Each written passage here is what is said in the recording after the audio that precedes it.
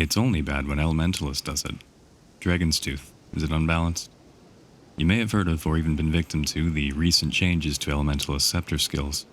One of these skills is particularly troublesome because it requires you to dodge in order to avoid the damage, much like every other skill in the game, except it's different for no reason other than the fact that I want it to be.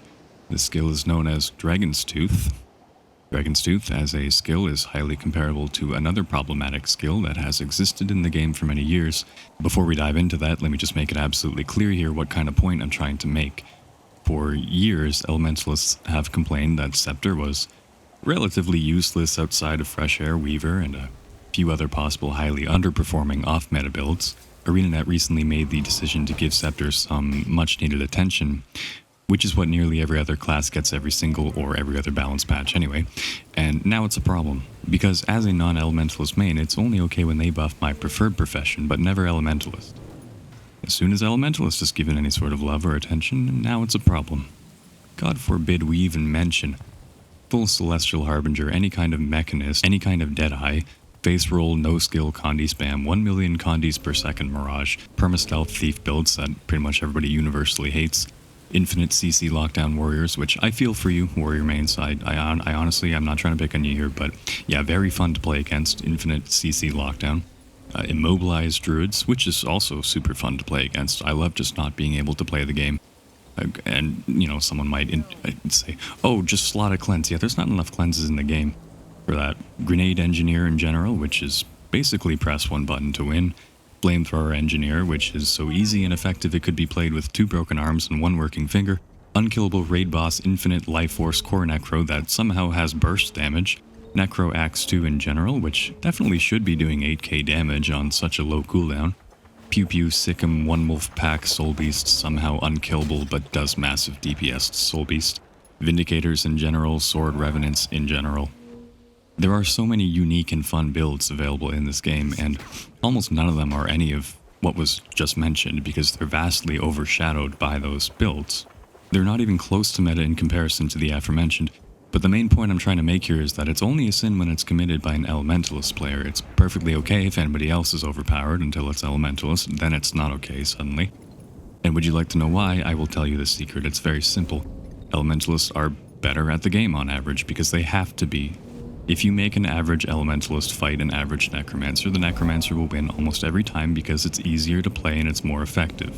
Previous to the most recent patch and previous to the addition of Catalyst, one could simply say that Elementalist as a whole was underpowered. Yeah, sure, we have, like Fire Weaver, which is boring and nobody wants to play. But I don't want to play that. So, it wasn't as fun as it could be and it wasn't as powerful overall. We had like a couple builds. Ooh. Now everybody wants to poke at it and say it's overpowered because it's upsetting people that now Elementalist is getting the same toys that everyone else has had for years. So now Elementalist gets a spot in the limelight for a while after having just watched everybody else have their time in it for the last eternity. Now back to the comparison between Dragon's Tooth and Unrelenting Assault. Power coefficients, Dragon's Tooth hits pretty hard, we all know that. It has a power coefficient of 2.0 and a base damage of 734 in World v World. It'll also do approximately 130 burn damage per second for 10 seconds with 0 condition damage, which is effectively nothing. So it's a power-based damage attack. Unrelenting Assault may seem at first like it does less damage just by looking at the numbers, which a base damage of 139 and power coefficient of 0.38. However, this strikes the target 5 consecutive times and gains might with each.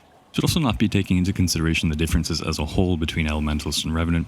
Revenants are a heavy armor class, they often roam with higher power stats while maintaining survivability.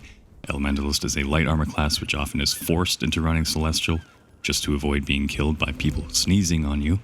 Yes, the Elementalist could just run Fresh Air Weaver, which no one is denying is very powerful right now, but the point is that a Fresh Air Weaver sacrifices a lot of sustain for this, while Revenant gets to be relatively tanky with only Marauder stats while outputting the same, if not more damage. Unrelenting Assault is objectively a better skill. Yes, its cooldown is significantly longer, but do you know any Elementalist who just camps in Fire Attunement and casts Dragon's Tooth every 6 seconds? The Ellie who tries to do this is going to go down very quickly. As an Ellie, you must be constantly switching attunements if you want to live or even just play effectively.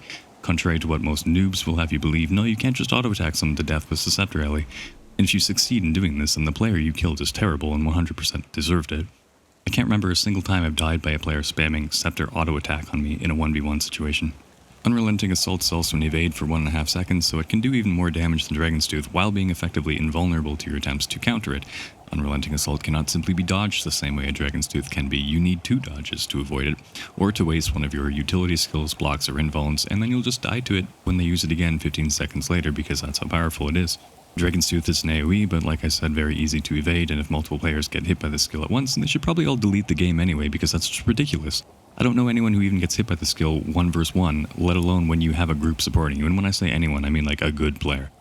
I'm not saying it never happens to me or good players, but it almost never happens in either scenario because it's extremely easy to avoid. Count to 3 and dodge.